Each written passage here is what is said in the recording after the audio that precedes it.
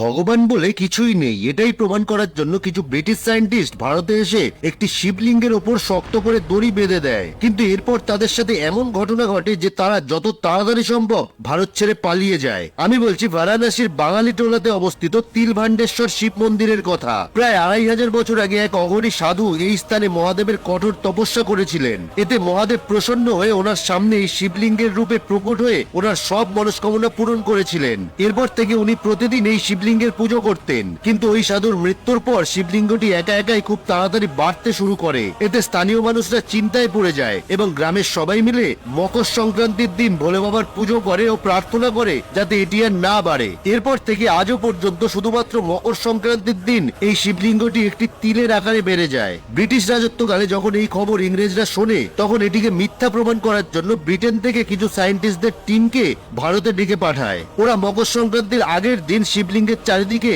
খুব টাইট করে সুতো বেঁধে দেয়, কিন্তু পরের দিন একা একাই সেই সুতোটি ছিঁড়ে যায় এবং শিবলিঙ্গ তিলের আকারে বেড়ে যায়। এটা দেখার পর সেই সায়েন্টিস্টদের টিম যত তাড়াতাড়ি সম্ভব ভারত ছেড়ে চলে যায়। মান্যতা আছে শ্রাবণ মাসে এই শিবলিঙ্গের অভিষেক করলে সকল মনস্কামনা পূরণ হয়ে যায়। তাহলে বেনারস গেলে এই রহস্যময় শিবলিঙ্গের দর্শন অবশ্যই করে আসবেন।